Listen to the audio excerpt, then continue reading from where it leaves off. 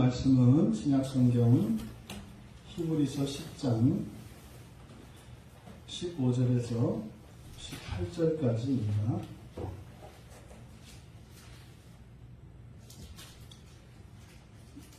우리 같이 한 목소리로 함께 읽겠습니다. 또한 성령이 우리에게 증언하시되 주께서 이르시되 그날 후로는 그들과 맺을 언약이 이것이라 하시고 내 법을 그들의 마음에 두고 그들의 생각에 기록하리라 하신 후에 또 그들의 죄와 그들의 불법을 내가 다시 기억하지 아니하리라 하셨으니 이것들을 당하셨은즉 다시 죄를 위하여 제사 드릴 것이 없느니라. 아멘. 성령의 제목, 성령의 제목이라는 성령의 증언, 성령의 증언이라는 제목으로 설교하려고 합니다.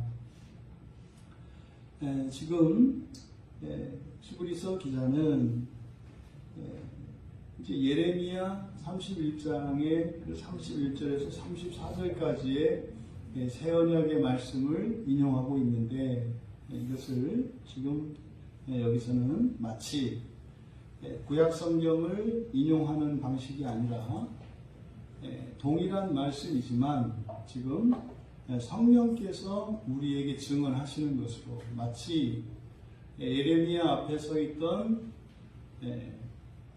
구약의 이스라엘 자손들과 동일한 입장에 우리가 서 있는 것처럼 말씀을 하고 있습니다. 그러니까 지금 성령이 말씀하시는 이 시점이 현재이고 또 예레미야 선지자가 동일한 말씀을 하였던 것은 이제 과거였습니다.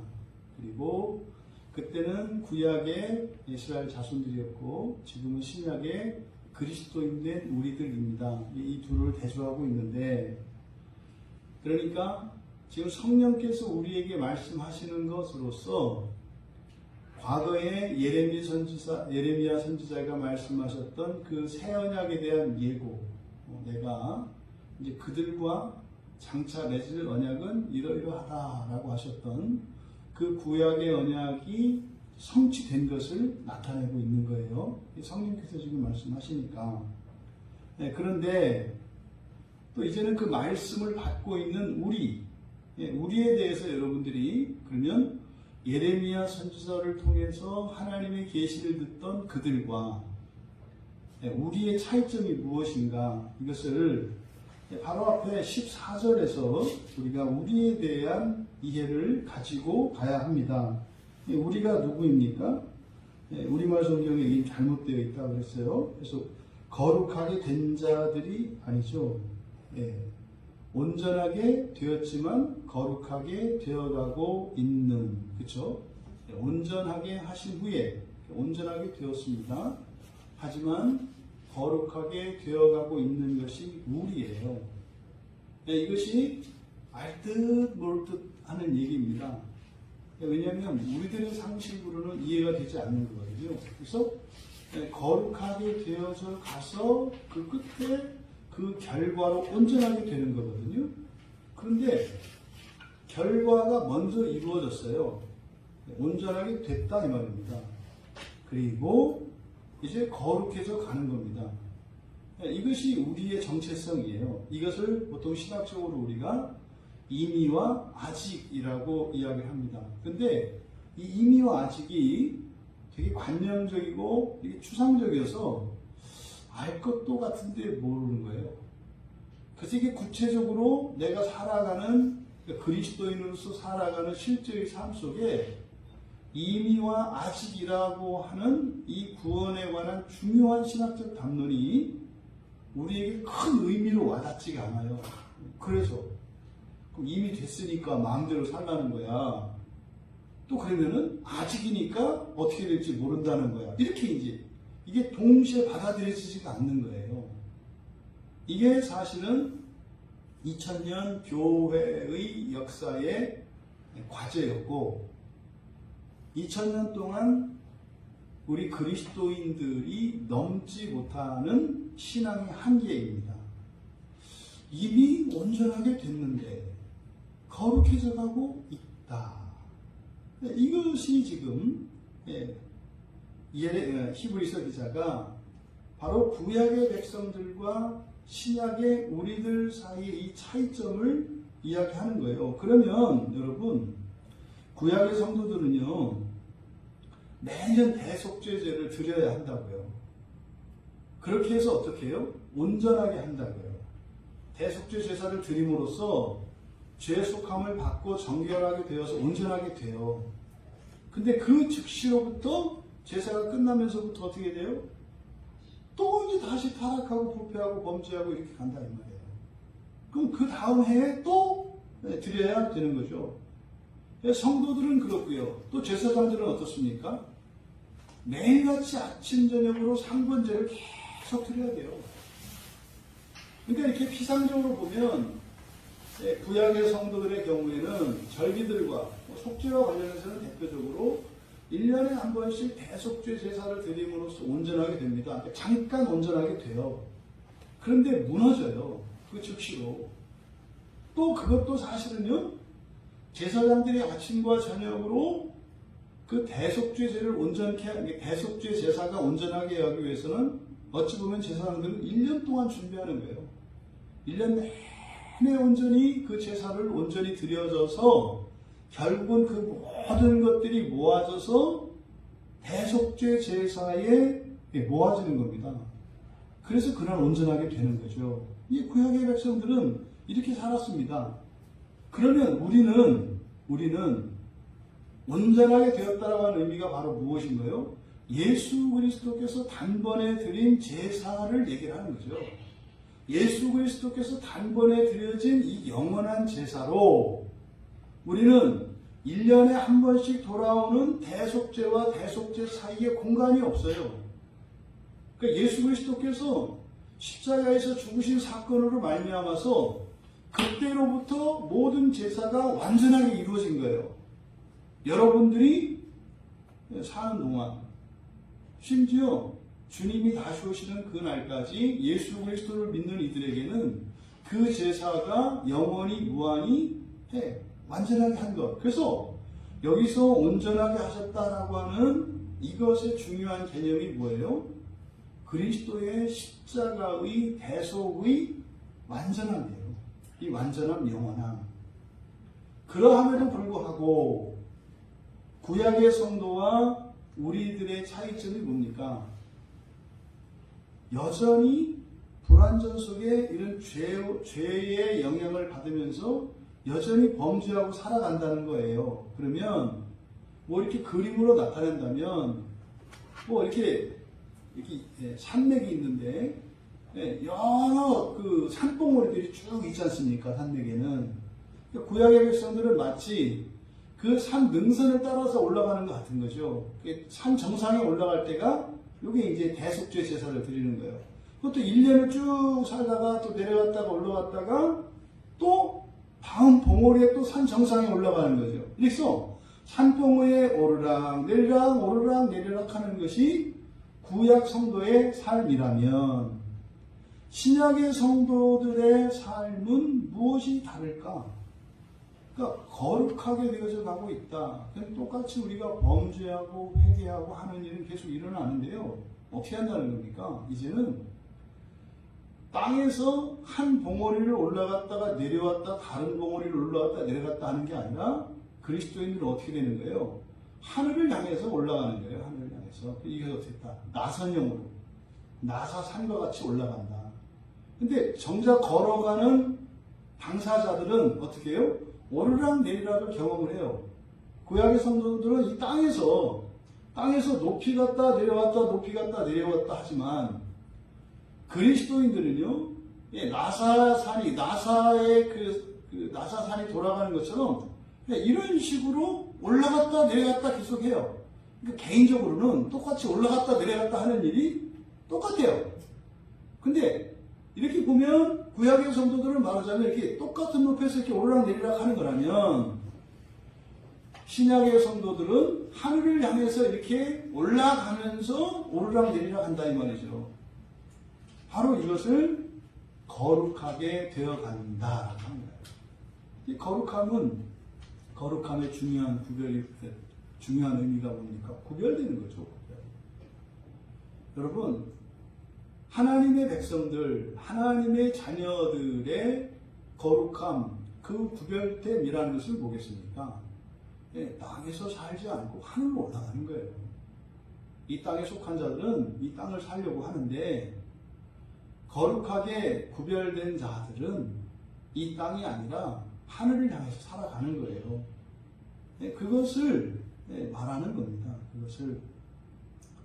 그렇다면 이제 16절에서 주께서 이르시되 그날 후로는 그들과 맺은 언약이 이것이라 하시고 내 법을 그들의 마음에 두고 그들의 생각에 기록하리라 하신 후에 또 그들의 죄와 그들의 불법을 내가 다시 기억하지 아니하리라 하셨으니, 이렇게 이제 말씀을 하고 있습니다. 근데 지금 분명히 이 말씀은 예레미야 선지자가 말씀하신 새 언약에 대한 인용이에요. 근데 이것은 바로 앞에서도 우리가 살펴봤습니다.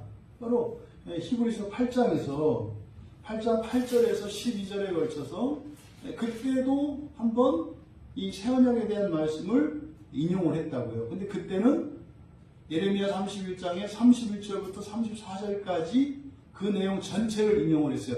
그대로 따왔다고요. 그때는.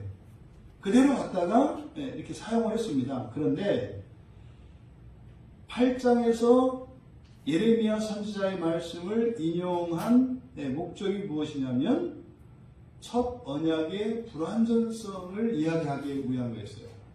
그러니까 구약의 율법이 주어졌고 제사 제도가 있었고 이스라엘 백성들이 율법을 따라 살면서 제사를 드리면서 살아왔지만 예레미야 선지자가 다시 맺을 새 언약이 있다라고 말씀하셨으니까, 그러니까 첫 언약이라고 하는 것이 최종적인 언약이 아니었고, 그리고 첫 언약으로 완성이 되는 것이 아니었구나라고 하는 것을 알 수 있었다는 거죠. 왜? 새 언약이라고 하는 게 있으니까. 전혀 새로운 언약이라는 게 있으니까, 그래서 언약은 첫 언약과 새 언약이 있구나. 그래서 첫 언약만으로 구원이 완성되는 것이 아니구나. 그러면 이 첫 언약이 그러면 불완전하거나 불충분한 것이냐? 그것이 아니에요. 이 첫 언약의 핵심은 그겁니다. 사람으로서 그 율법의 의에 대한 약속이에요. 첫 언약은. 그 언약을 내가 반드시 이루리라. 그러면 사람의 의, 이것을 율법의 의입니다. 그러니까 이런 말이죠. 구약 성경을 가지고 온전한 사람이 될 수 있을까요? 없을까요? 있어요. 구약 성경 가지고 온전한 사람이 될 수 있다고요. 어떻게 해요? 하나님의 은혜로요. 돼요. 그런데 하나님의 구원은 온전한 사람이 되는 것이 최종적인 구원이 아니다라는 거죠. 그러니까 새 언약이 있다 했을 때 첫 언약이 완전한 게 아니다라고 할 때 이 완전하다는 것은 이게 흠이 있고 문제가 있다는 의미가 아니라 하나님이 세워놓으신 구원의 계획의 전체가 아니다 이 말이죠. 그것이 일부라는 겁니다. 이것은 창조와도 연결이 돼요.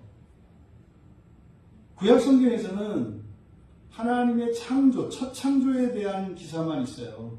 근데 사실은 이제 선지자들에 의해서 다시 하실 하나님의 재창조에 대한 예고가 있습니다. 재창조에 대한 예고. 그런데 신약 성경에 오면 무엇이 있어요? 새 창조가 있어요. 새 창조가. 그러니까 첫 언약에서는 그 재창조에 새 창조의 의미가 담겨 있지만 구약 성경을 보고 따라왔던 이스라엘 자손들은 그걸 이해하지 못합니다. 그냥 이 세상에서 창조와 재창조만을 말한다고요. 근데 그 재창조가 종말이라고 이해를 했죠. 근데 신약 성경에 보니까 종말은 또 그 뒤에 있어요. 그 뒤에. 그러니까 주로 이사야 선지자가 많이 예언한 그날, 그 심판의 날, 주 여호와의 날, 그날 이후에 일어날 그 새로운 세상에 대한 약속, 그것은 사실은 먼저다. 예수 그리스도께서 재림하시고 난 이후에 이 땅에 이루어질 하나님의 나라에 대한 이야기라고요. 그러니까 구약 성도들은 그것을 종말로 봤어요. 예수님이, 그러니까 하나님이 메시아죠. 그들에게는 메시아가 이 땅에 오셨을 때 회복시키실 그 나라, 그들이 고작 생각했던 것은 그 나라는 기껏해야 이스라엘 왕국이었다고요. 이스라엘 왕국. 그런데 그것은 이스라엘 왕국이 아니라 예수 그리스도의 나라였던 거죠. 그러면 우리 신약을 살고 있는 우리 그리스도인들에게 이 그러니까 첫 언약, 새 언약이라고 하는 것은 그것을 넘어선, 그러니까 예수님이 오셔서 이 땅에 세우시는 그 나라의 완전함이라고 하는 것은 사실은 새하늘과 새 땅에 대한 예고편인 거죠. 그러니까 새 창조와 첫 창조가 중첩되는 기간입니다. 이게 예수 그리스도의 나라예요. 그러니까 8장에서 이야기했던, 8장에서 인용했을 때는 그 첫 언약의 불완전성, 계시가, 구원 계시가 불완전했다는 것. 불완전했다는 것은 사실은요, 우리가 온전히 이해할 수 없었다는 얘기예요.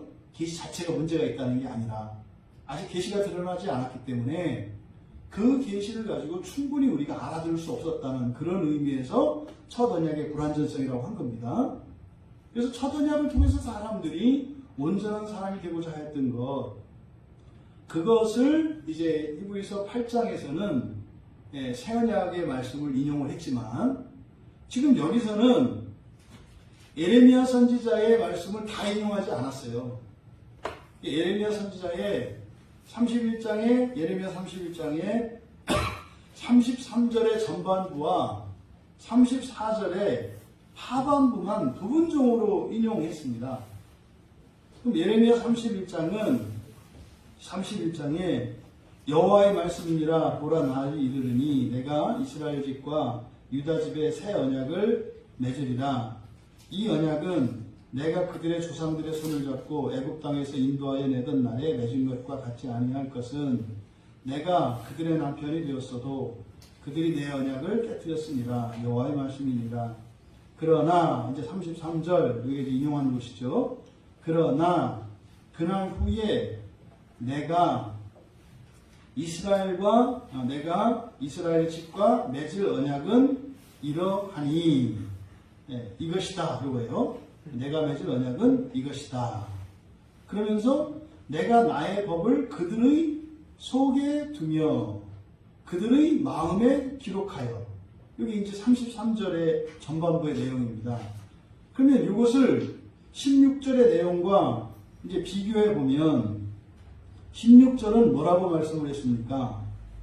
내 법을 그들의 마음에 두고 그들의 생각에 기록하리라. 이렇게 말씀하셨잖아요. 근데 여기 보면은 예레미야 선지자는 마음이라고 했고, 그리고 히브리서 기자는 생각이라고 했어요. 그리고 앞에 나의 법을 그들의 속에 둔다. 이렇게 예레미야는 말씀을 했고, 히브리서 기자는 그들의 마음에 둔다. 이렇게 했습니다. 그러니까 히브리서 기자는 법을 마음에 두고 생각에 기록하겠다. 마음에 두고 생각에 기록하겠다라고 히브리서 기자는 말씀했고, 예레미야서에서는 예레미야 선지자는 법을 속에 두고 마음에 기록하겠다. 이렇게 말씀을 했다고요. 이렇게 봐서는 뭐 그 말이나 뭐 안에다가 새긴다는 거고 뭐 어차피 안 없습니다는 얘기구만. 뭘 자꾸 저러시나. 그런데 이 마음이 굉장히 중요해요. 이 마음이. 그랬잖아요. 이게 지금 성경에서 아직 온전히 드러나지 않은 이 개념이 중요한 개념인데 아직 정립되지 않은 게 마음이에요. 제가 그랬잖아요. 사람의 본질과 그리고 구원과 관련해서 굉장히 중요한 그것이 마음인데 마음에 대한 연구가 끊겼어요. 우리 기독교 안에. 그래서 이게 끊긴 지가 1800년대 후반이니까 그러니까 거의 뭐 100년 이상 이거에 대한 연구가 끊겼어요. 그리고 그 마음을 기독교가 아니라 기독교 바깥에서 가져가 버렸어요. 그래서 마음에 대한 연구는요, 기독교 밖에서 이루어져요. 심리학이나. 또 사실은 이 마음에 대해서 아주 오랫동안 연구해온 데가 어디냐? 불교예요, 불교. 그래서 불교에 가면 이 마음에 대한 연구가 깊습니다. 근데 중요한 건 그것은 계시 의존적인 것이 아니라 인간의 경험과 사유에 의한 것이기 때문에 그럴듯해요. 왜냐하면 우리가 경험했던 것이고 이해되는 것들이거든요. 그래서 성경에서 말하는 이 마음에 대한 진리와 불교에 대해서 말하는 마음에 대한 얘기라면 이 스의 마음이 말이 딱 와닿아요. 이게 사실 이렇게 붙어야죠, 이렇게. 목사하고 스가 마음에 대해서 이렇게 붙어야 이 스가 목닥치고 돌아가는 건데 직접 붙지는 않고 뭐 이렇게 그 중생들만 대상으로 해서 이렇게 얘기를 하니까 중생들이 계속 먹히는 거예요. 그 투표하자고 하는 거죠. 누가 더 잘 설명하고 누구 말이 더 이렇게 착착 달라붙느냐. 그러면 대부분 스요 이런단 말이에요. 왜요? 스님들은 사람을 바꿀 생각이 없어요. 바꿀 능력이 없거든요. 성경은 사람을 바꾸려고 해요. 자꾸 후벼판다고요, 성경은. 그렇게 싫어요. 오늘 낮에도 그 구원에 대해서 이제 이야기를 하다가 이제 어느 집사님이 와가지고 우리 나집사님이 왔었어요. 나집사님이 와가지고 아까 이제 약간 이제 이런저런 이야기하고 가다가 얘기했어요. 조상 속죄 있잖아요. 조상 구원, 조상 속죄. 그 여러분 한번 생각해 보세요. 그냥 성경이 뭐가 없어. 그냥 다 떠나서 하는 얘기예요. 여러분이 하나님을 믿었을 때 여러분만 구원받는 게 좋습니까? 아니면 여러분 한 분이 예수를 믿으면 예수를 믿지 않고 돌아가신 여러분의 아버지, 어머니, 할아버지, 할머니, 증조할아버지, 증조할머니 다 구원받는 게 좋습니까? 맞아요. 민수야, 너 오랜만에 왔으니까 얘기해봐. 예수를 믿어서 구원을 받는데 예수를 믿고 민수 너만 구원받는 게 좋아? 아니면 민수 네가 예수를 믿어서 민수 네가 예수를 믿었기 때문에 증조 할아버지, 고조 할아버지, 고증조 할아버지까지 다 구원받는 게 좋아? 다 받는 게 좋잖아요. 아주 이성적인 사람이에요. 이게 당연한 거잖아요. 어차피 우리가 뭐 하는 거 없거든요. 그럼 내가 믿어서 나만 구원받는 게 아니라 그럼 우리 조상들까지 다 구원받는다고? 좋은 거 아니에요. 근데 여러분 한번 물어봐 보세요. 주변 분들한테. 주변 분이 누구에게 그 기독교 신자들. 그분들한테 물어봤을 때요. 그분들 마음에 드는 감정이 좋은 감정이 안 들어요. 이상해요. 왜 좋은 감정이 안 든다니까요? 왜 좋은 감정이 안 들까요? 그런 거죠. 뭐 마음속에 들어가보면 내가 예수 믿느라 얼마나 고생했는데 우리 할아버지 할머니는 뭐 예수 믿지도 않고 마음대로 사람한테 구원받은 이런 생각이 있는 거예요. 희한하죠. 아니 하나님이 그냥 예수 믿는 사람 한 사람만 개인적으로 구원한다고 하더라도 우리는 어떻게 해야 돼요? 아니요.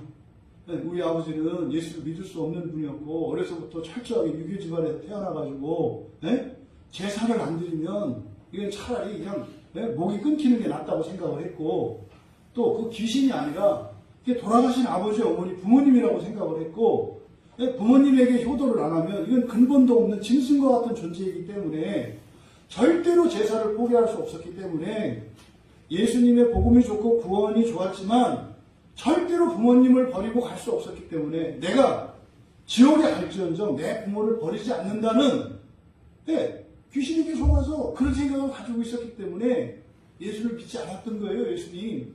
사실은 우리 아버지도 예수를 믿고 싶었어요. 그때 제사를 안 드리면 부모에게 천하의 불효자가 되고 호로 자식이 되는 거고 개 돼지만도 못한 존재가 되는 거기 때문에 차라리 내가 사람이 되어 지옥에 가는 게 낫지 개 돼지가 되어서 천국 가는 게 나한테 싫다. 이런 생각을 가졌던 거예요. 예수님을 설득해야 될 판 아니에요, 우리가? 그때 우리가 설득하기도 전에 예수님이 그렇게 하신다고 그러면은 할렐루야 뭐 이래야 될 거 아니에요. 근데 이게 그런 생각이 안 안 들어요. 그 생각이 안 들어요. 이런 일들이 왜 일어날까요? 우리의 마음의 작용입니다. 우리 마음에서 묘한 일이 일어납니다. 예? 그리고 어떤 일을 했을 때 나에게 크게 위험이 예상이 돼. 예? 안 하면 안전해. 그러면 어떻게 해야 돼요? 하지 말아야 돼요. 그리고 위험한 일을 했을 때 나에게 어떤 유익도 없어. 또 하지 않으면 오히려 유익이 돼. 그러면 안전하고 유익이 되는 그 길을 가야 되잖아요. 근데 사람은 어떻게 해요? 굉장한 위험이 도사리고 있고 또 그것을 했을 때는 엄청난 손해가 있을 수도 있는데 그걸 선택한다니까요. 이런 일들이 그러니까 항상 그래요. 후회하고 하는 일이 뭐예요? 나도 내 마음을 내가 몰라요. 그래서 이 주제가 바로 마음의 작용에 관한 겁니다. 마음의 작용. 그래서 이 마음은 굉장히 중요한 거다. 그래서 이거를 우리가 좀 살펴봐야 되는 겁니다.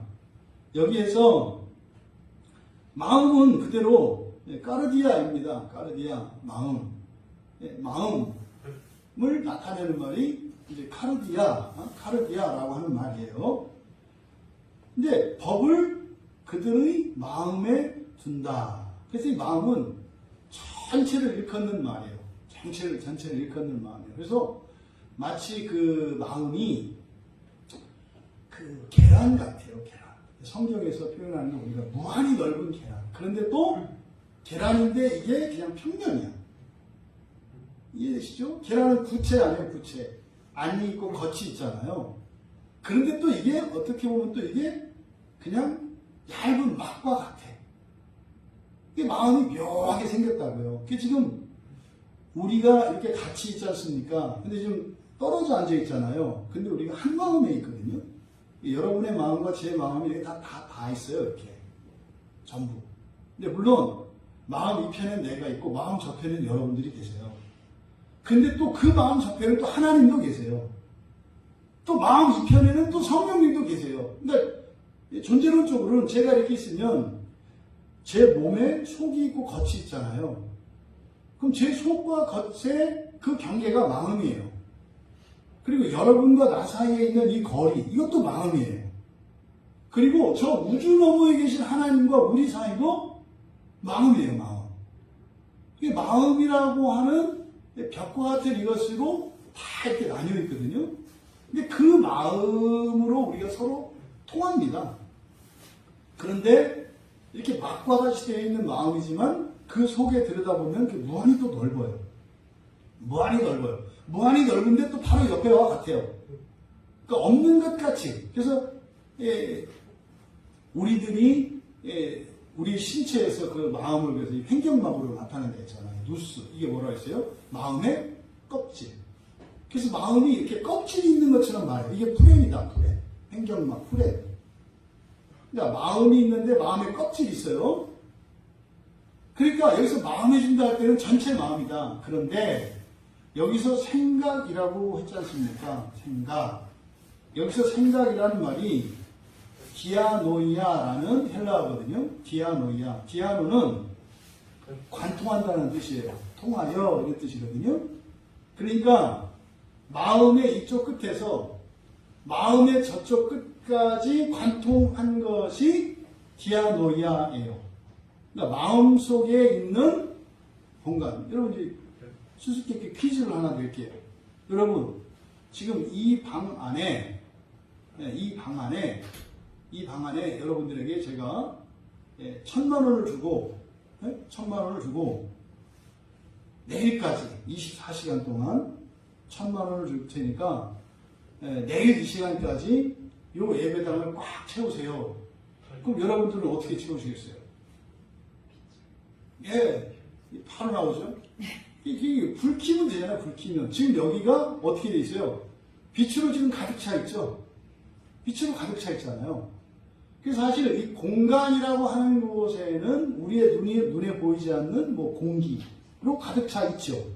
그래서 여기서 이 디아노이아라고 하는 이것은 마음을 이렇게 계란과 같은 구체라고 생각을 했을 때 그 안에 있는 그 안에 있는 공간을 의미하기도 하고 또 그 안에 채워져 있는 무엇을 의미하기도 하는 게 디아노이아라는 거예요.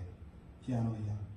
그러면 여기서 이 디아노이아, 우리말 성경에 생각이라고 되어 있는 이 디아노이아가 우리말 성경에는 생각으로도 번역되어 있고 또 뜻이라고도 번역되어 있고 또 마음이라고도 번역되어 있고 또 지각이라고도 번역되어 있어요. 이 단어를. 그러니까 왜 이렇게 여러 가지 단어로 번역을 해요?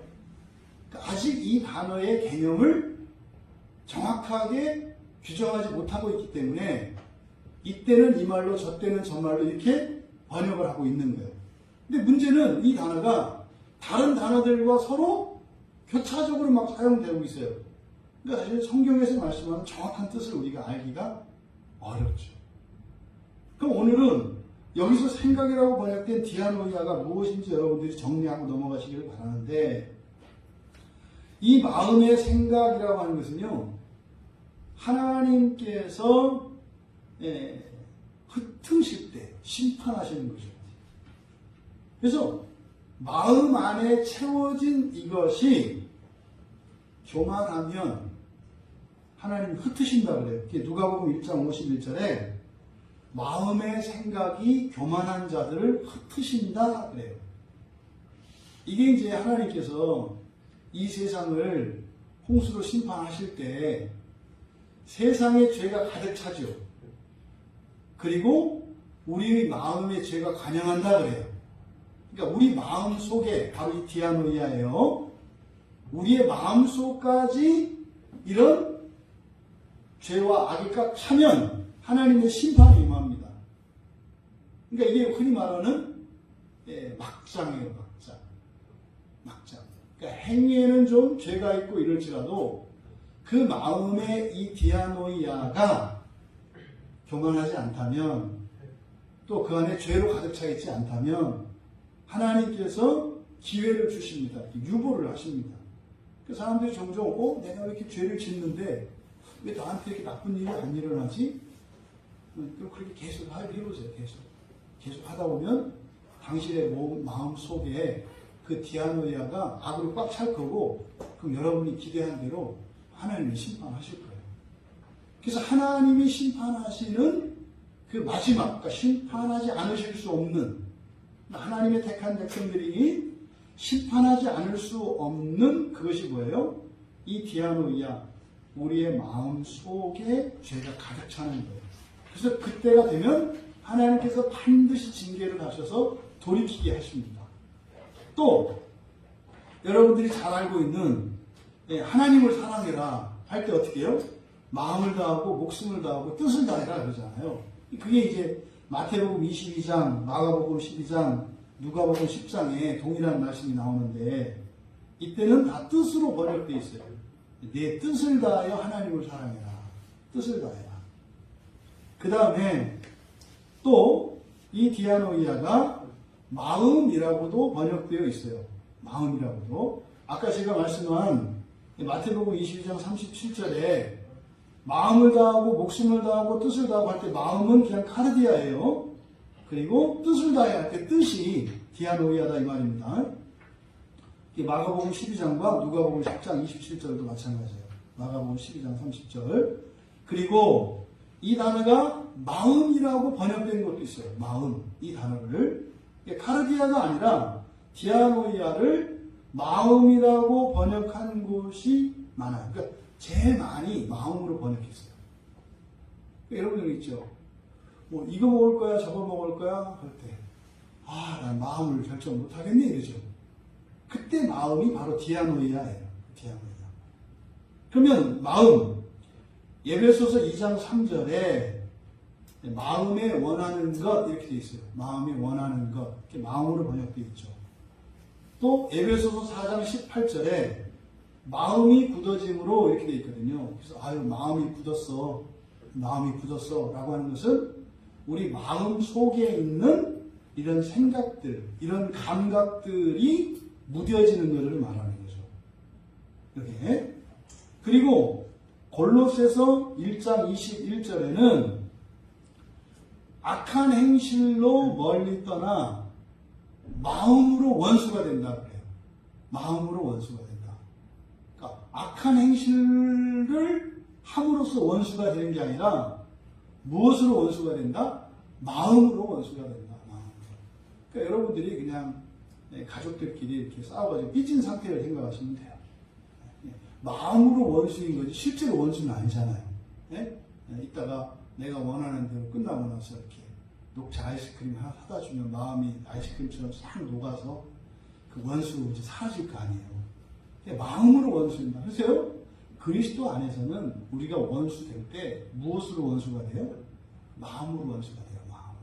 그래서 마음이 풀리면 다 풀려요. 마음이 풀리면. 이걸 잊으시면 안 된다고.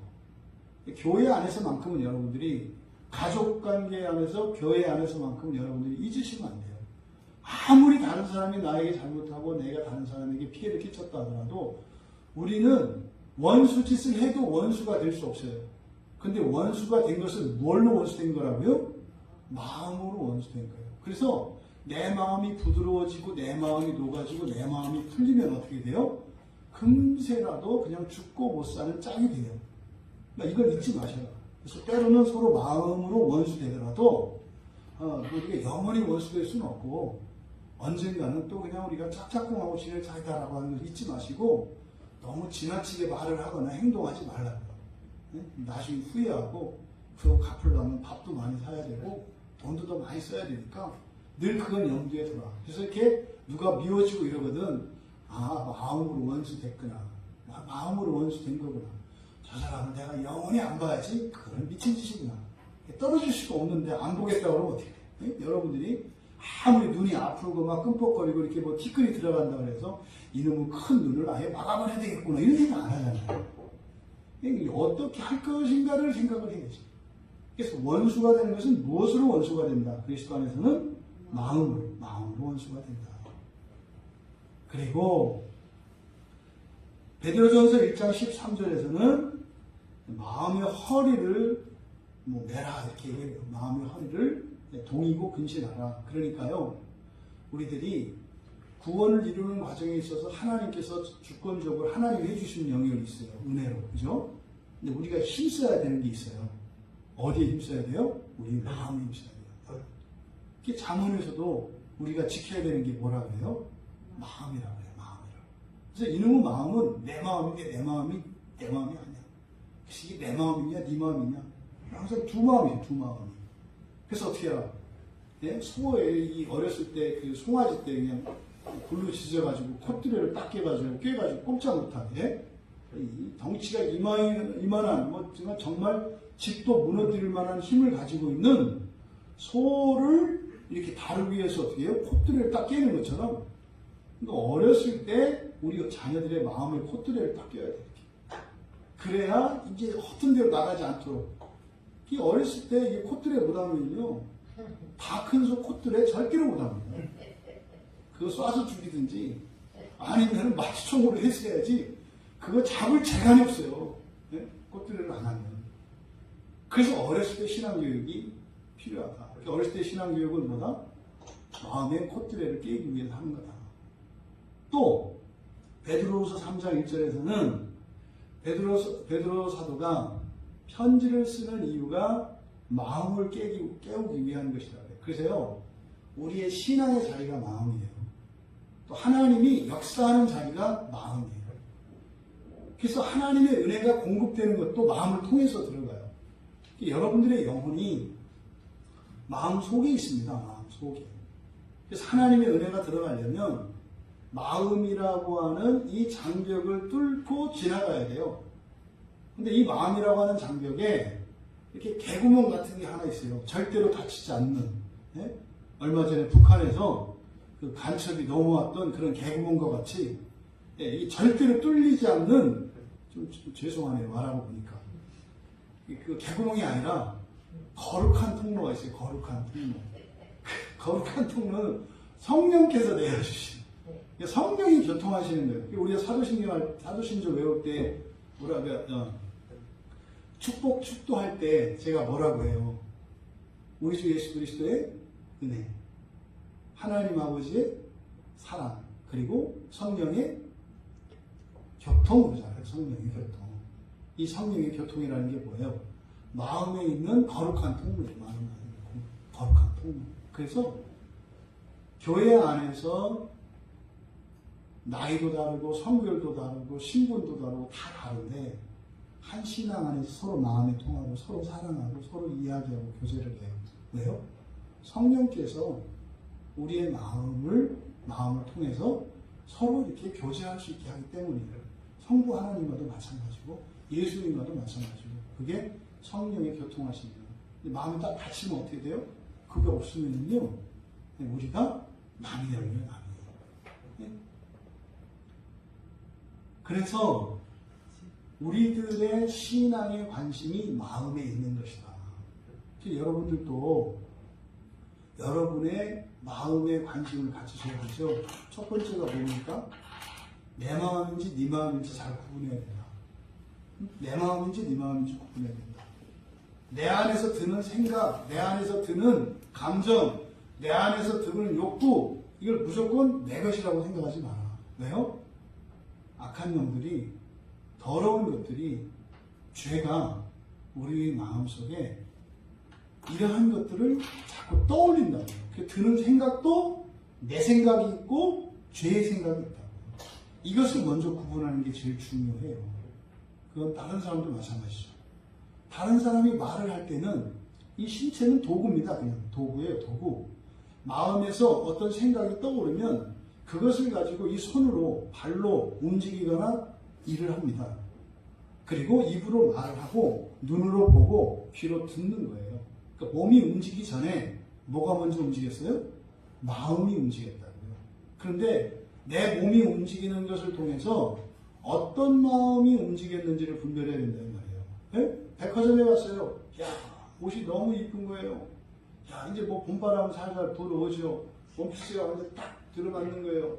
근데 뭐 저 민방위 훈련한다고 다 대표에서 아무도 없어요. 그래서 지금 민방위 훈련은 뭐 전기 시설과 뭐 카메라 시설이 다 꺼졌기 때문에 아무도 보는 사람이 없습니다. 이렇게 광고가 나오는 거예요. 나 혼자 있어요. 돈은 없어요. 집에 가고 있는데 어쨌든 금송아지가 없어. 근데 원피스가 참 그렇게 예뻐. 노랑에 주황에 초록에 다 있는데 딱 맞을 것 같아. 그때요? 그냥 한번 입어봤으면 좋겠다. 그냥 입고 갔으면 좋겠다. 이런 마음이 들어요. 그때 어떻게 돼요? 정신 차려라. 이거는 내 마음이 아니다. 해서 벗어놓고 다시 마네킹에다 걸어놓고 나와야 되죠. 그런데 그 마음을 자기 마음이라고 생각하면 어떻게 되는 거예요? 입고 튀는 거예요. 모든 사람의 범죄는 이렇게 일어납니다. 그래서 1차적으로 그 마음이 분별이 되지 않은 사람은요, 횡설수설합니다. 자기가 한 것도 한 건지도 모르고 자기가 하는 게 뭔지도 모릅니다. 그러니까 도덕적 판단력 자체를 잃어버려요. 그래서 내 마음, 나의 마음, 타인의 마음을 먼저 분별할 수 있어야 된다. 마음을 분별할 수 있어야 된다. 그리고 나면 비로소 자기 자신의 문제와 관계 속에서 일어나는 문제가 반감이 됩니다. 반감이 됩니다. 그냥 흘려보내야 할 것과 정말로 내가 마음을 쓰고 생각하고 대처해야 될 것, 이것이 나뉜다고요. 그러면 그것만 하더라도 이런 내면의 고민, 자기 자신의 존재론적인 고민, 신앙의 고민, 더 나아가 관계적인 고민, 또 사실 여러분 인생에 대한 고민도 마음이에요. 그래서 마음이 먼저 정리가 되면 최소한 인생의 반 이상은 다 자동으로 해결되게 돼 있어요. 그러니까 지금 하나님의 법을 우리의 마음에 주셔서 기록은 어디 한다고요? 생각이라고 번역되어 있습니다만 마음 속인 거죠. 마음 속. 그래서 기록한다고 하는 의미는 돌판에 쓰는 것이 아니라 마음에 꽉 채우는 거죠. 마음에 꽉 채우는 거예요. 이걸 우리가 기도의 효과 중에 하나가 뭐라고 했습니까? 계속 기도를 할 때마다 기도하면 무엇이 부어진다? 성령이 부어진다 그랬잖아요. 성령이 주어진다고. 그래서 계속 채워진다고 그랬잖아요. 그러니까 곧 성령 충만이라는 것은 무엇을 얘기하는 겁니까? 우리의 마음속에 하나님의 영을 가득 채우는 거예요. 하나님의 지성과 감성과 의지가 꽉 차는 거예요. 거기다 어떻게 해요? 하나님의 신성까지. 그러니까 우리의 마음의 이 성령 충만이라고 하는 것은 사람이 존재론적으로 사람으로서도 완전하게 될 뿐만 아니라 초월하게 되는 거죠. 이게 성령 충만이다 이 말이에요. 그래서 지금 히브리서 기자가 본문으로 돌아와서 예레미야 선지자가 이야기했던 새 언약에 대해서 매우 이제 구체적으로 우리들에게 이것을 더 구체적으로 자세하게 말씀하고 있는 거예요. 그 하나님의 법이 어떻게 채워지느냐? 일단 마음에 주어지는데 마음을 뚫고 들어가서, 그러니까 여기 지금 우리말 성경에는 단수형으로 되어 있어요. 법이라고 되어 있습니다만, 원문에서는 다 복수형이에요. 복수형. 법들이거든요. 법들. 그래서 마치 이런 거죠. 법 하나가 마음에 딱 주어져. 그 마음의 껍질, 프레임이 있다고 그랬잖아요. 그렇죠? 그럼 그 마음 속에서 영적 전쟁이 일어나죠. 이 죄들은 막 마음의 문을 이렇게 닫아. 통로를 닫아. 그래서 이렇게 딱 그 거룩한 통로에 딱 떨어져야 뻥당해서 밑으로 쏙 들어가서 마음에 채워지는데, 요 입구를 막 줄여, 죄들은. 이렇게 떨어져도 어떻게 돼요? 열매 맺지 못하는 말씀이 돼요, 이렇게 법이. 근데요, 마음에 이 거룩한 통로가 넓으면 어떻게 되겠어요? 그냥 뭐 아무렇게나 떨어져도 다 들어가는 거 아니에요. 근데 죄들이 어떻게 돼요? 이 귀신들이 역사하고 우리 마음의 죄가 최대한 이 통로를 좁히려고 한다고. 이게 싸움이에요. 영적인 싸움이 마음의 통로를 넓히고 좁히는 일입니다. 그래서 성령께서 은혜를 주셔서 하시는 일은 우리의 본성을 변화시킵니다만 그 본성의 변화는 은혜가 주어져야 돼요. 말씀이 들어와야 돼요. 그러니까 이 전쟁은 이 통로 싸움이에요. 통로를 죄들은 막 좁힌다고요. 그럼 하나님의 은혜는 이걸 넓히는 거죠. 이렇게. 그래서 여러분들이 설교를 듣더라도 어떤 때는 그냥 쏙쏙쏙 들어오고 막 기억이 잘 돼서 정리도 잘 되는데, 지난 수요일처럼 깜깜한 때가 있잖아요. 지난 수요일은 광야교회 그 예배 시간에 기념비적인 날이었습니다. 가장 집중 못하고 가장 되튕겼던 날이 수요일이었어요. 수요일. 그래서 서적새는 그렇게 입었나 봐요. 수요일부터 금요일 오기까지 많은 일들이 있었어요. 누구는 뭐 두통 때문에 시달리고, 누구 때문에 또 뭐 때문에 시달리고, 누구는 뭐 때문에 뒤집어지고. 신기해요. 왜 그렇게 수요일이 힘들었나 그랬더니 그런 거예요. 그때 뭐요? 마음이 쫙 쫄아요. 그러니까 안 들어가. 이런 일이 실질적으로 일어나는 거죠. 그래서 하나님의 말씀이 여러분에게 들려져요. 그러면 여러분의 어떤 지성작용에 의해서 또 여러분 감정이 그것을 좋아할 때 그걸 받아들여요. 그럼 여러분 마음속에 딱 들어가서 채워지는 겁니다. 이렇게. 마음이 채워지는 거예요. 요 얘기를 지금 16절에서 말씀하십니다. 그리고 이제 요한일서 5장 20절에서는 이걸 지각이라고 번역을 했어요. 지각. 그것은 깨달아 알 수 있는 거, 깨달을 수 있는 거, 지각이라고도 번역을 했어요. 여러분들은 어쨌든 이 디아노이아라고 하는 말이 여러분들 그렇게 이해하시면 된다고 했어요. 마음속. 그래서 마음 속에 있는, 거기서 마음 속에서는 온갖 생각도, 아이디어도, 또 감정도, 이런저런 충동도, 욕망도 그 안에서 다 일어나는 거예요. 그 안에 이제 뭐가 들었냐에 따라서 이제 사람의 행실이나 이런 것들이 결정이 되죠. 그리고 이제 그게 바뀌어가는 거죠.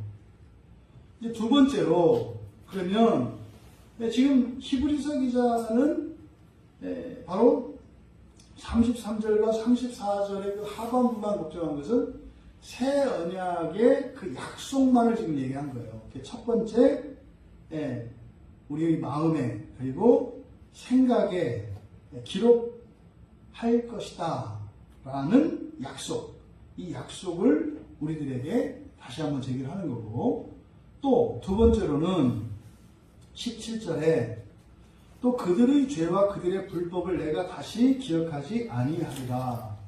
근데 지금 히브리서 기자는 죄와 불법을, 그러니까 그들의 죄와 불법을 그냥 기억하지 않겠다. 동사 하나만 썼어요. 기억하다. 그런데 예레미야 선지자는 동사 하나만 쓴 것이 아니라 34절의 끝부분에 하반절에 그렇게 되어 있는데, 예레미야 선지자는 악행을 사하고 죄를 기억하지 않을 것이다 이렇게 되어 있어요. 악행을 사하고 죄를 기억하지 않을 것이다. 그런데 악행을 사하고 라는 말이 없어요. 용서잖아요, 용서. 근데 이 이야기는 18절로 옮겼어요. 18절에 보시면 사하셨은 즉 이렇게 되어 있잖아요. 이 사하다라는 것은 용서하다라는 의미입니다. 용서를 뒤로 빼버렸어요.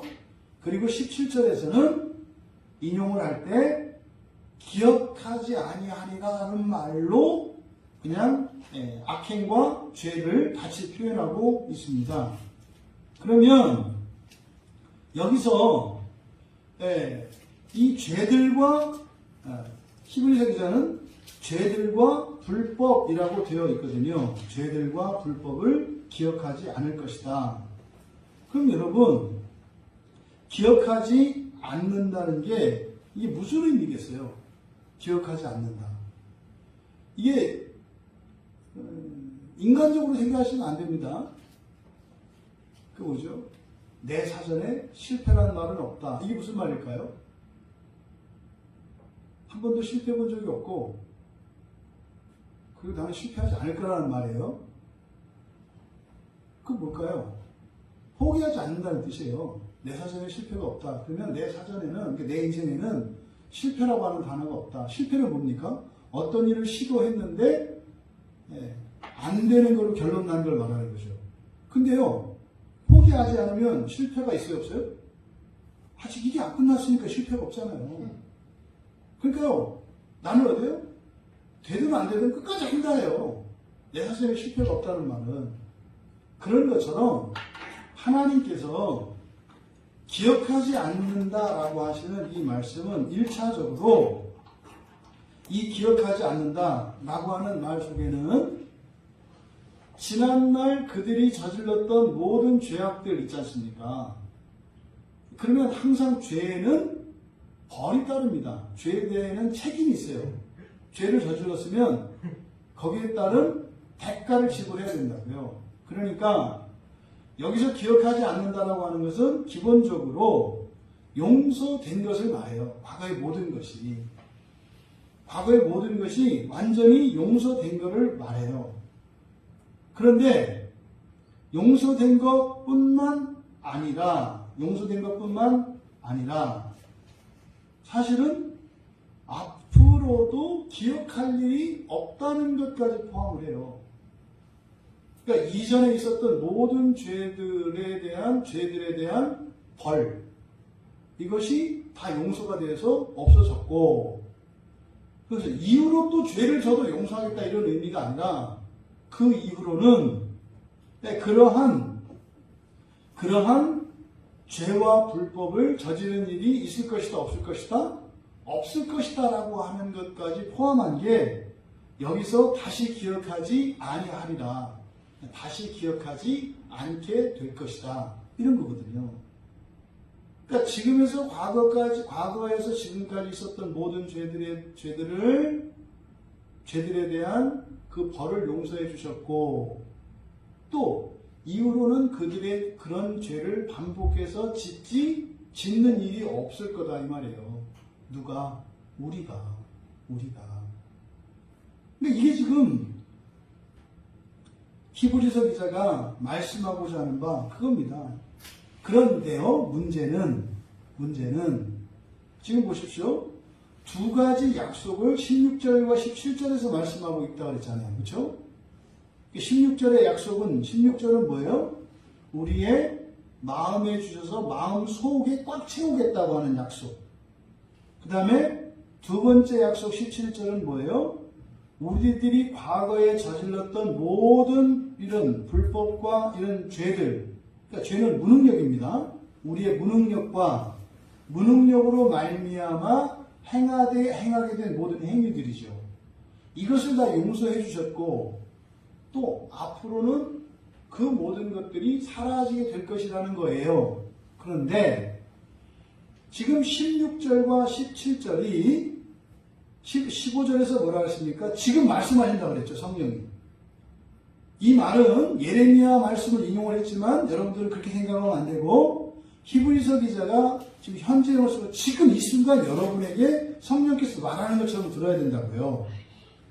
그런데 지금 말씀하는데도 미래 시제를 쓰고 있어요. 그러니까 예레미야 선지자를 통해서 유대인에게 주셨던 약속도 미래죠. 이렇게 될 거야 라고 했잖아요. 그게 어떻게 됐다는 거예요? 성취가 됐다는 거예요. 성령께서 이렇게 말씀하시니까. 그러니까 그때부터 지금까지 이 기간 동안 그러니까 여러분들이 태어나서 살면서 오늘 이 시간까지 그러니까 예수를 믿는 그 순간까지 그 성취가 됐다는 거예요. 예수를 믿는 순간. 그런데 문제는 아직 완전하지 않죠. 또 우리가 죄를 짓잖아요. 그래서 또다시 미래형으로 얘기한 거예요. 그러니까 완성되는 그 종말의 시점과 이 종말의 두 가지예요. 그죠? 첫째 부활의 그 천년왕국의 주님 하나님 나라에 들어가는 종말이 있고 모든 그리스도를 믿는 모든 성도들이 신구약의 모든 성도들이 다 함께 일어나서 다 함께 참여하는 새하늘과 새 땅 종말이 있어요. 근데 우리의 목표는 어디에 둬야 된다? 첫째 부활에 둬야 된다. 그러면 그 첫째 부활이라고 하는 것은 시간적으로 앞으로 미래의 일이잖아요. 그리고 우리가 예수를 믿은 것도 과거잖아요. 그 중간, 그럼 지금 히브리서 기자가 말씀하려고 한 거는 구약에서부터 계속 그 일이 어떻게 됐다? 계속 진행되어 왔다는 거예요. 계속 진행되어 왔고 지금 너희들 그렇게 되어 온 거야. 이거죠?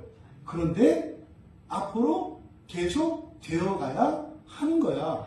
이게 이미와 아직에 대한 말씀이다 이 말이에요. 여러분 마음속에요. 하나님의 법이 많이 채워졌어요. 물론 여러분의 마음은 무한히 넓어서 많이 채워졌는데 하나도 안 채운 거가 다른 게 없어요. 마음이 너무 넓어서. 이거를 기억하셔야 돼요. 그래서 어떻게 해요? 많이 애쓰고 많이 수고하고 많이 울었고 많이 기도했고 많이 설교 들었어요. 그런데요. 채워질 것은 더 많아. 그래서 결코 우리가 채울 수 없어.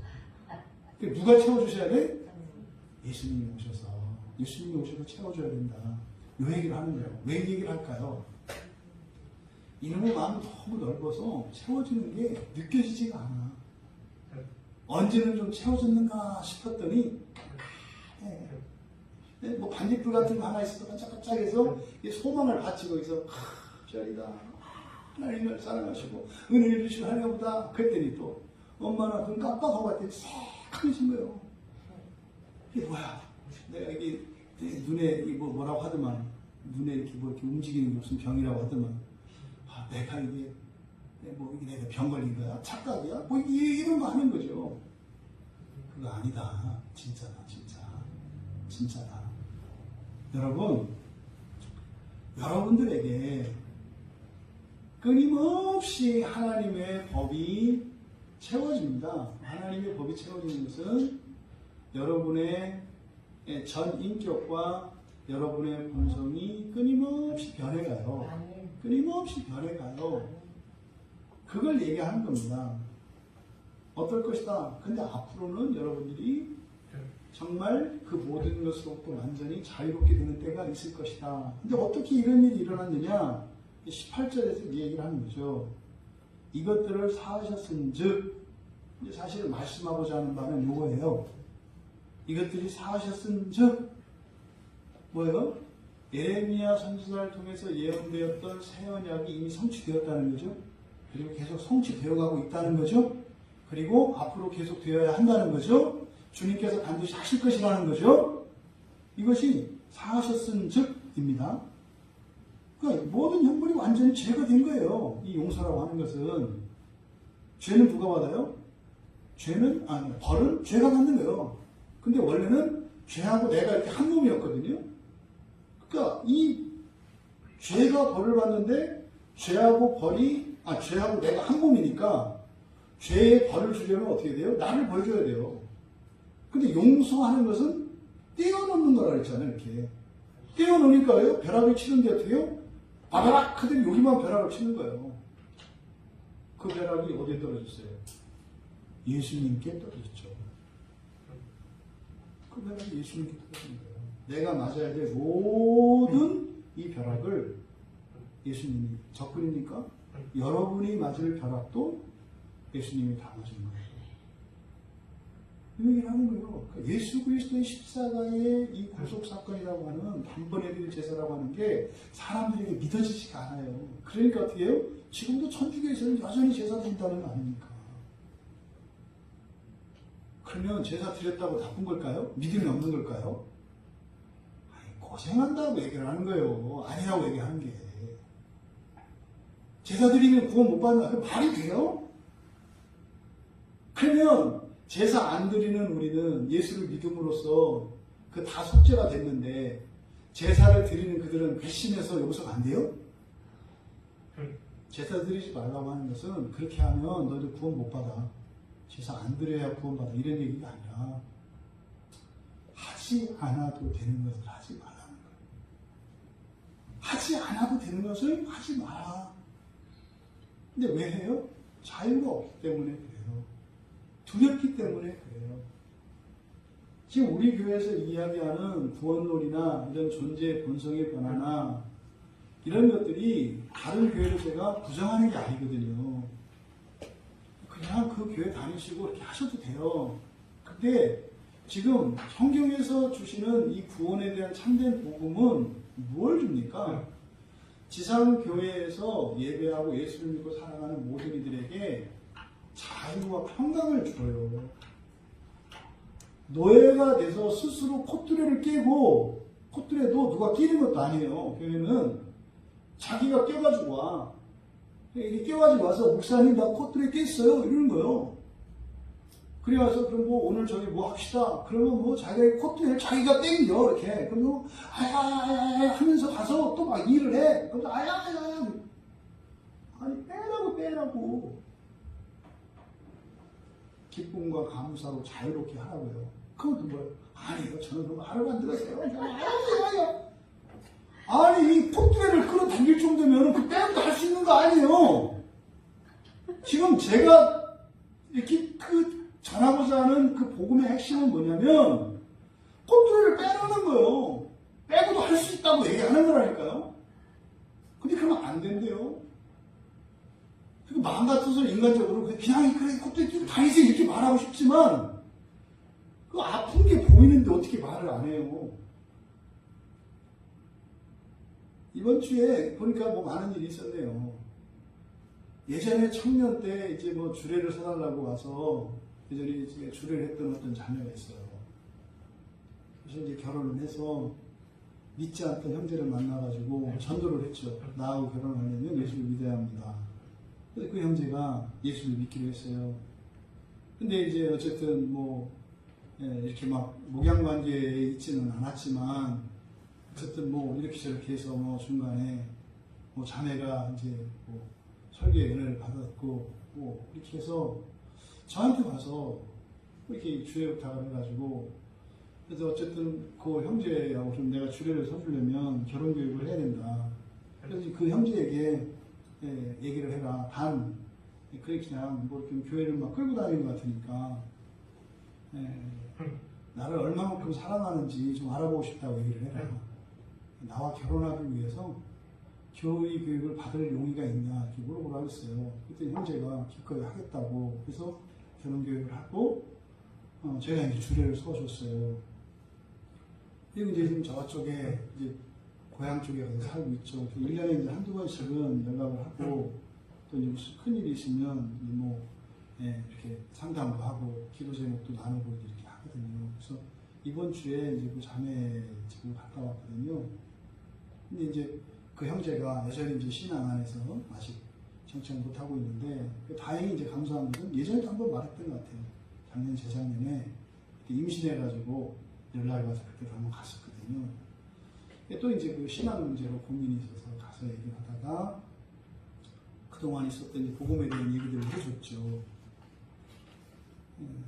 그리고 나서 이제 그냥 그럼 그러잖아요. 우리가 진리를 하면 문제가 해결이 되잖아요. 원래 이렇게 고민 상담하려고 했는데 이렇게 성경을 이렇게 가지고 이렇게 구원에 대해서 구원에 대해서 얘기를 하고 보면은 자기 혼자 답을 다 얻게 되잖아요. 그렇게 되고 와서 제가 그 구원론 설교를 좀 들었으면 좋겠다.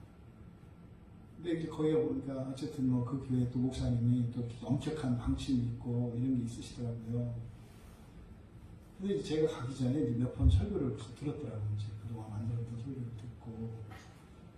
그래서 이제 작년에 주일에 했던 구원론에 대해서 했었잖아요. 그 설교를 보내줬어요. 이제 어젯밤 늦게 이제 연락을 제가 이제 확인을 못했는데, 네, 그런 거죠. 저는 이거 심각한데요. 이게 심각한데요. 이렇게 되는 거예요. 심각하지. 심각하지. 나도 너무 힘들었고 이랬다. 그래서 이게 좀 이상하게 들릴 수도 있고 이런데, 근데 이제 그 자매가 했던 얘기는 아니면 이제 목사님 자꾸 이런 의미가 아니라 이게 사실이라면 큰일 난 거예요. 이 얘기를 하는 거예요. 맞다, 심각하다. 그래서 이거 얘기해도 되나요? 아니, 그거 할 수 있으면 다 해라. 지금 아주 대놓고 나도 고민하다가 지금 대놓고 이제 유튜브에 지금 올리기 시작을 했으니까 그냥 다 해줘라. 단 그걸 전해줬을 때 반응이 이렇게 되진 않을 거다. 아니야. 이제 뭐 예전에 그 지체들 가끔 교제하고 있는 지체들에게도 딱 그 문제의식을 같이 느끼는 거죠. 이러면 사실은요, 지옥에 가지 않아도 절대로 지옥에 가지 않을 사람들이 지옥에 가게끔 가르쳐지고 있어요. 그러면서 만약에 그렇다면 절대 안 할 거고요. 안 할 수 있는 능력이 있거든요. 그런데 뭐 그게 아니라 그래서 이것도 없고 저것도 아니라 그래서 사실은 굳이 하지 않아도 되는 게으름과 굳이 안 하고 싶은 불순종도 그냥 하고 살아요. 왜? 하나 안 하나 똑같아. 그러니까 우리 안에는 죄성이 있어서 죄를 짓는 일은 자연스럽거든요. 자연이라는 말이 우리에게는 죄성이에요. 죄를 따라가는 게 자연스러워요. 그러니까 하나님 말씀 따라 자연스러워지려면 그건 하나님 나라에서만 가능해요. 그러니까 우리는요, 정신을 바짝 차리고 긴장을 늦추지 않으면 자연스러워지면 그냥 끌려가는 거거든요. 근데요, 긴장감을 풀고 살아가요. 그러니까 지금 교회 안에서 일어나는 일이 지금 너무 참담하잖아요. 그러니까 답을 못 주고 있어요, 교회가. 근데 성경은 정확하게 얘기를 하거든요. 그렇게 살면 안 된다. 열심히 살아야 된다. 하나님 떠나면 안 되고, 무슨 일이 있는데 기도도 안 했을 때 이거를 그럴 수 있다? 천만에 그게 뭔지 모르니까 그러는 거예요. 알면 힘써서 하나님께 의지하고 기도하고 설교 듣고 이렇게 가는 거예요. 때로는 어떻게 큰 손해까지도 감수하면서 가는 거거든요. 근데 오히려 해가 되는데도 가요. 왜? 이걸 모르니까. 그래서 큰일 났다고 하는 거죠. 모르겠어요. 어쩌면 한편으로는 이 자매가 외로운 인생을 시작을 하게 되겠구나 이런 생각도 들고, 우리 여러분들도 다 겪으시잖아요. 진리를 아니까 여러분은 자유를 얻어요. 근데 환경적으로는 외로워지고 따돌림다 이렇게 되는 거죠. 동시에 일어나요. 그래서 우리 안에 자유를 누리죠. 사실은 그것이 환경적으로 관계 속에서 오는 핍박과 이런 것들을 견디게 하죠. 근데요, 이 일이 어떻게 있어요? 2000년 전이나 1000년 전이나 3000년 전이나 4000년 전이나 똑같은 거 아십니까? 애굽으로 모세가 찾아왔을 때 그랬고요. 항상 그랬어요. 선지자들이 찾아왔을 때 항상 그랬고요. 항상 그랬어요. 항상. 예수님이 오셨을 때 그랬고요. 종교개혁할 때 종교 개혁자들이 그랬고요. 다 똑같은 마음, 다 똑같은 마음. 그런데도 그 믿음을 따라가는 사람들이 있어요. 우리가 전에 봤습니다만 여기 이제 뒤에 히브리서 11장에 가면 이게 흔히 말해서 이게 뭐라 그래요? 믿음장이라고 하잖아요. 여기에 등장하는 인물들이 여러분 이렇게 존경할 만한 인물들이에요? 그렇지 않아요. 여러분보다 훨씬 못한 사람들이 많아요. 근데 그분들이 어떻게 해요? 믿음의 선진으로 이렇게 제시되고 있어요. 이게 뭘까? 그 믿음이 뭡니까? 인간적으로, 신앙적으로 모자라고 문제있던 사람들이에요. 혈기 충만했고, 미련하기가 아주 하늘을 찔러서 자기 딸을 죽이고, 예? 뭐, 이런 말도 안 되는 우상을 섬겨가지고 말이죠. 막, 이런 사람들이 믿음의 선진으로 나와 있어요. 그러면서 또 그 사람을 본받으라 이제 미치고 환장하겠는 거예요. 그 얘기가 아니죠. 주일에 우리가 살펴봤던 것처럼 그 바세바 사건에서 다윗이 그렇게 죽을 것 같이 목숨을 끊을 것 같이 그러다가 갑자기 목욕제기하고 싹 얼굴 낯빛이 딱 변해서 환해져가지고 밥을 먹은 게 뭐라고요? 그 믿음이에요. 그 믿음. 그 믿음. 여러분 이제 우리는 다시 제사 드릴 게 없어요. 맹기 없다 이 말이에요. 맹기 없다고. 네? 맹기 없어요. 어떤 의무 이런 거 남아있지 않다니까요. 그럼 우리에게는요 더 이상의 제사가 남아있지 않다. 뭐를 위해서? 죄를 위해서는 더 이상 우리가 그렇게 해야 될 게 없다. 그럼 뭡니까? 죄에 대해서는 완전히 자유롭게 됐다는 거죠. 여기입니다, 여기. 여러분들이 죄를 지셔도요, 그 죄에 대한 형벌이 없어요. 죄를 지셔도 형벌이 없어요. 그냥 예수님이 여러분들이 지을 가능성이 있는 모든 죄에 대한 형벌을 먼저 받으셨어요. 근데 사실은 억울해. 왜냐면 우리가 모든 죄를 다 짓진 않잖아요. 네? 한 100번에 한 번은 참잖아요. 근데 그것까지 값을 지불했다 이 말이에요. 네? 식당에 가서 밥을 먹는데 뭐 100명이 올지 1000명이 올지 10,000명이 올지 모르잖아요. 그런데 그 강도 만난 자를 구해준 그 사마리아인과 같이 예수님께서 값을 다 치러줬다니까요.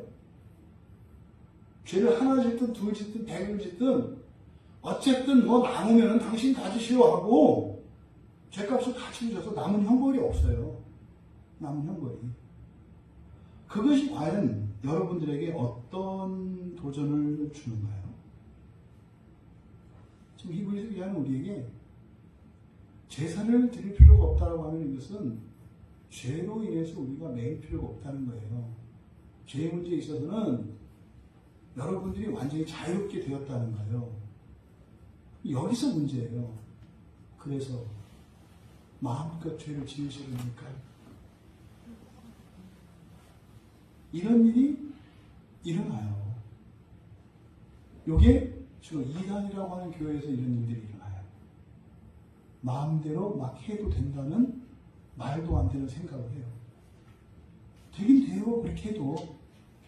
왜냐면 자유니까. 자, 우리는 망할 자유가 있다. 우리에게는 지옥에 갈 자유가 있다. 맞아요.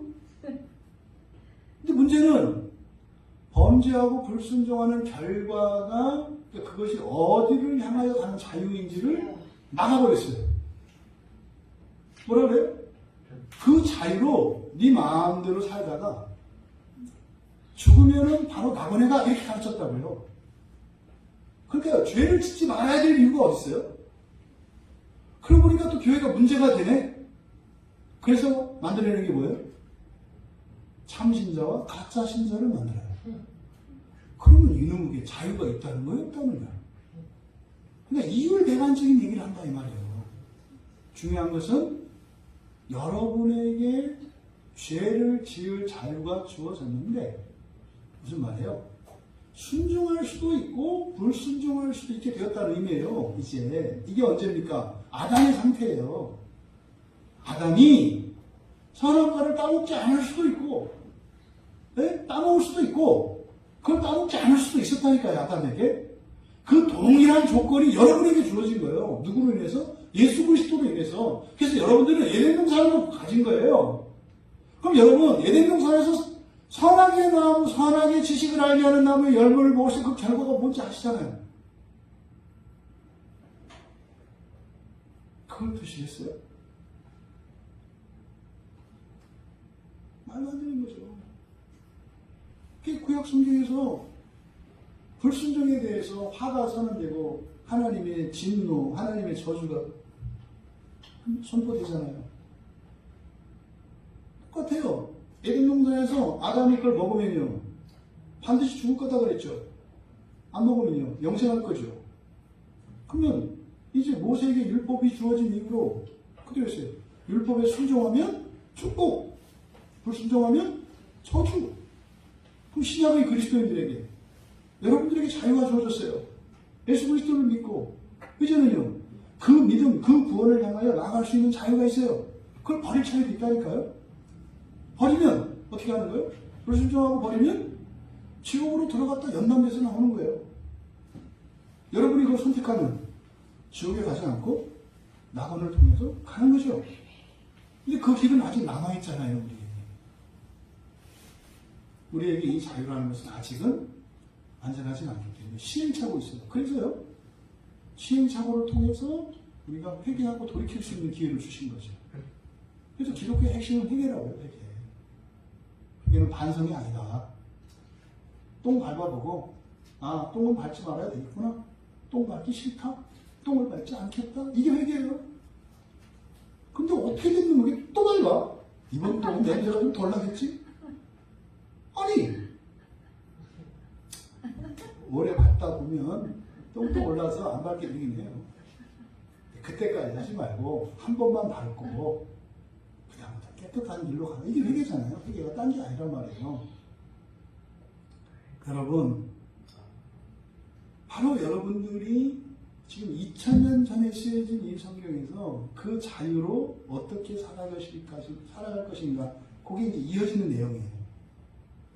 그 자유를 가진 우리가 어떻게 살아가야 할 것인가 이거는요 해라가 아닙니다. 선택지예요. 선택지. 그리고 나서 지금 10장 지나서 11장에 가서 나온 사람들이 뭐예요? 이 사람들은 그 자유로 이렇게 살았던 사람들이다. 이런 거죠. 너도 그렇게 가라. 이렇게 가는 거죠. 예수님께서 여러분에게 주신 그 자유, 그 자유는 정말론적으로는 성취된 거예요. 온전하게 하셨기 때문에. 하지만 그 종착지에 도착하기까지 거룩해져 가는 이 여정, 이것이 뭡니까? 결국은 선택의 여정이죠. 어떤 선택을 여러분들이 할 것인지, 그 자유로. 여러분들이 이 말씀을 통해서 한번 여러분들이 지금까지 살아왔던 인생을 돌아보시기 바랍니다. 잘했지만 자유로 하지 않은 이유도 있을 거예요. 잘못했지만 여러분의 자유로 한 일도 있을 거예요. 그러면 자유로 하지 않았지만 이 대표적인 게 뭐예요? 우리 자녀들이 하기 싫었지만 엄마가 하라고 해서 안 하면 할 때까지 잔소리 하니까 할 수 없이 하잖아요. 근데 그대로 해보니까 나한테 유익이 되는 거죠. 그럼 어떻게 되겠어요? 자유로 그 일을 하게 되죠.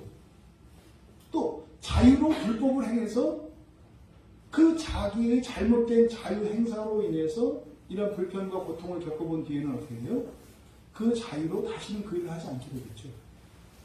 근데 이것을 일일이 개인적으로 다 겪어서 갈 것이 아니라 바른 길로 성경을 우리들은 인도합니다. 그래서 성경을 알아야 되는 거죠.